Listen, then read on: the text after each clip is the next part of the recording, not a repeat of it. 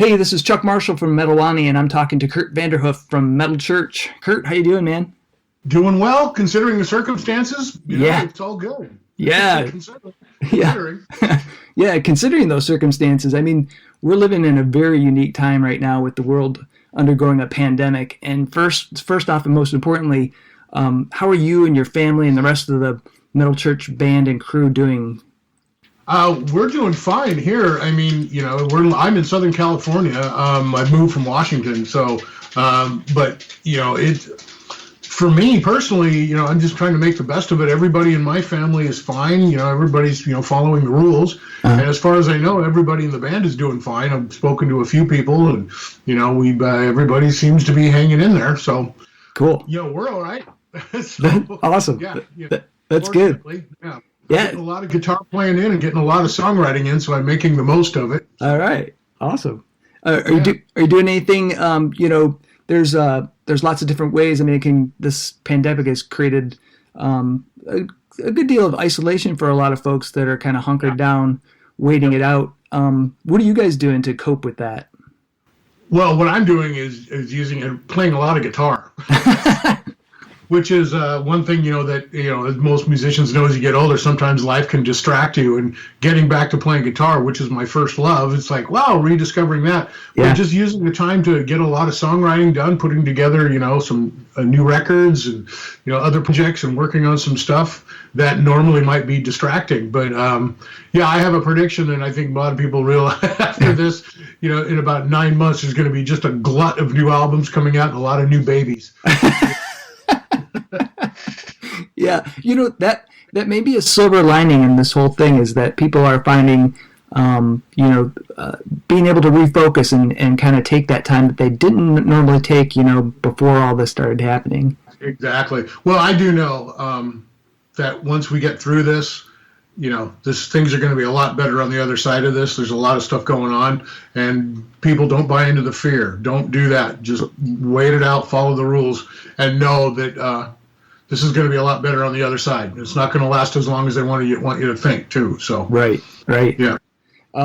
So there's a mega collection of new music, B-sides, covers, live tracks, all kinds of fun stuff, and a comic book. Yeah, and a comic book too. Called From the Vault. That's coming out Rat Pack Records on April 10th.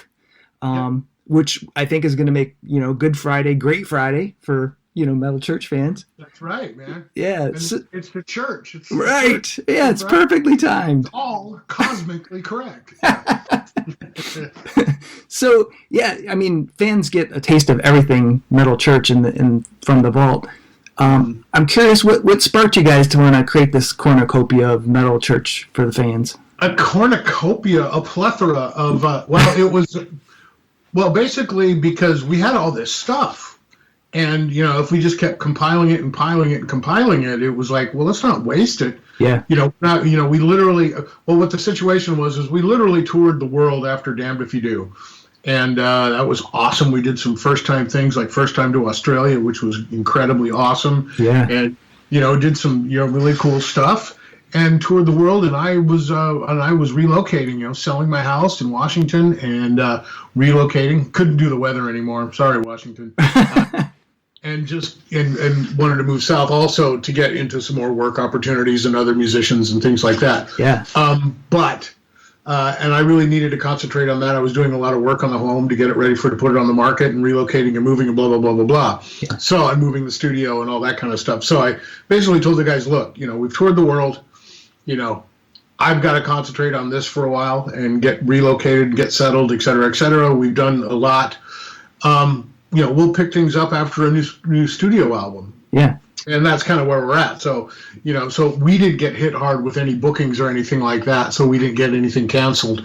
But the idea came up with is, since we were going to be somewhat on hiatus for a minute, we had all this stuff, and I was speaking with Joe at Rat Pack, and we started talking about the idea we looked at what we had, from leftover stuff and unreleased stuff and demos and all that stuff, and went, hey, let's use this stuff. I mean, because it doesn't suck. We're not trying to put out filler. Right. It's stuff that didn't make the record for, not because it was a bad song, but maybe we just didn't fit, or it was demos or songs that we recorded that we didn't finish. Yeah.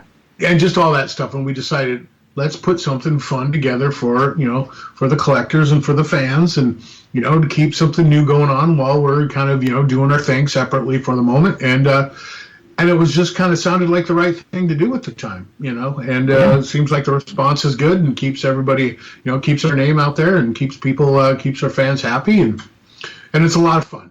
Yeah. I mean, the whole package is, super entertaining, and like all the different things you can get, from, shirts and with the album. Plus, I think the comic book idea is super cool. Where did that come from? I've made it now. I have a comic book. Now I'm successful. Yeah. So how did that idea come about? Like let's do a comic book too. I got to give credit to Joe at Rat Pack. That was his idea. Yeah. And that was all him. And when he brought it up, I was like, yeah, if you could make it and not have it be like stupid, right, or do it cool, and I'm all in. That sounds like fun, especially for a record like this. Yeah. Especially for what this is. This is just fun collectibles, unreleased stuff for fun. Yeah.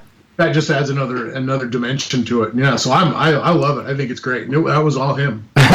That's cool.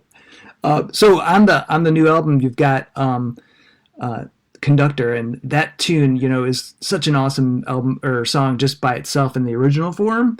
And I've always liked it when you've thrown it into, the live set. You guys don't play it a whole lot, but you have played it. But I was just curious, like, what made you guys want to take another cut at this classic? Well, that was just kind of a response from the fans. I mean, being that record is so hard to get and it's so hard to find, and because of contractual things and bad record deals and things with that particular album, not to mention the bad cover, but and it was more of we talked about redoing the whole record, but we're like, I don't know if that's the right thing to do. Yeah. But since I haven't been able to re-release it and put it out again, we figured that was, people love that song. Yeah. So we figured we'd kind of just acknowledge that and kind of do that for fun. Yeah. It sounds awesome. I love the new mix is powerful. The on the B-side, you've got a song called 432 Hertz, and one of the things I love about metal music is you always get to learn, and so I was researching what's 432 Hertz, and it's, it used to be the tuning that we had before concert pitch became 440. Good one. You did your research. Yeah. Awesome. And it's also, I've read that it's, potentially like the frequency that we all vibrate to within the universe. Absolutely. That's right, dude. You're right on the money. Yeah. So I was just curious, like, what's the story of that song for you? Well, I learned that information right there realized that when they switched it to 440, to make that standard tuning, that's exactly right. The original vibration, and you get into the actual technical thing of the waveforms and all that, originally was designed to be at at that particular vibration. Yeah. And they changed it. And there's some real it could be some, not to be too tinfoil hat, but there's some conspiracy possibilities behind that. And that kind of blew my mind. I was like, really? Yeah. Interesting, like, okay. And then I had this acoustic piece and I thought, you know what? I'm going to do that. I'm going to tune it to the proper tuning. And just make a little piece of music in the proper tuning. Cool. Yeah. Attention. So yeah, that's exactly right. It's inspired me to. It's inspired me to retune my guitar and check it out. So yeah, well, I've thought about that. With maybe we should just do the whole record in that proper tuning and see if it vibrates better. Yeah. So honestly, that would be pretty cool. I've actually thought about that, and I've actually I'm seriously considering that from now on with Metal Church. Yeah, that would be wild. That would be and also a real statement, and people would have to do some research and be like, Yeah. So you've got some really interesting cover songs. Green Eyed Lady and Black Betty, super fun jams. But I'm curious, like, how did you end up covering Nazareth's Please Don't Judas Me? Well, the whole idea behind the cover tunes is everybody picked a song. Okay. It's like, yeah, let's do something different. I can't remember when it was exactly. Yeah. Let's everybody pick a song. And Mike picked Please Don't Judas Me, and I went, oh, that's brilliant. That's great. What a great song. Yeah. So we did that, and Stet picked Green Eyed Lady, and I think Rick picked Black Betty. Yeah. And the one I picked didn't work. So there was one that we never finished. There was another one that track that we didn't quite get done. That will probably be coming out later. But it was just pick some songs that have fun. My approach to the song that I wanted to do, I wanted to take the approach like Priest did with Diamonds and Rust. Yeah. And Green Manalishi, where you take a song from way over in some other complete genre and try to metalize it. Yeah. So I picked a Joni Mitchell song because I love Joni Mitchell's great, and I tried to metalize it. It didn't work. So I was like, oh, no, that didn't work. Maybe I'll try again later, but that didn't work. So, but that's what it was. It was just kind of, everybody pick a song. Yeah. We didn't worry about whether it's been done before. We didn't overthink it. And that's everything about this record is we didn't overthink it. We just had put some fun stuff out there.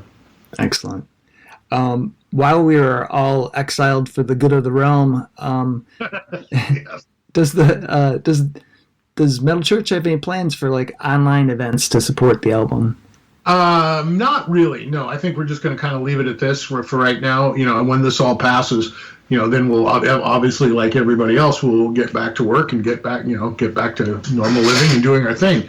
But there, we're going to wait, regardless, because we decided what we're going to do was wait till after the new album anyway. So that was pre any kind of weird, nefarious viruses and that kind of stuff. So just going to be working on a new album. I'll probably start writing that later in the summer. Oh, awesome. That'll be cool. Yeah. So like thinking of when things go back to normal and, we can all go see you guys live again. Are you able at all to do any planning, or you just got to sit tight and wait? Yeah, well, no, I mean, that's only by our design. Yeah. We're going to sit and run. We're going to wait till there's a new album, and then we'll go out and do the normal promoting it or backing it up by touring and playing shows. But we're going to wait till there's a new record. Okay. Oh, so until you put out a new one, not just to tour from the vault. Okay, cool.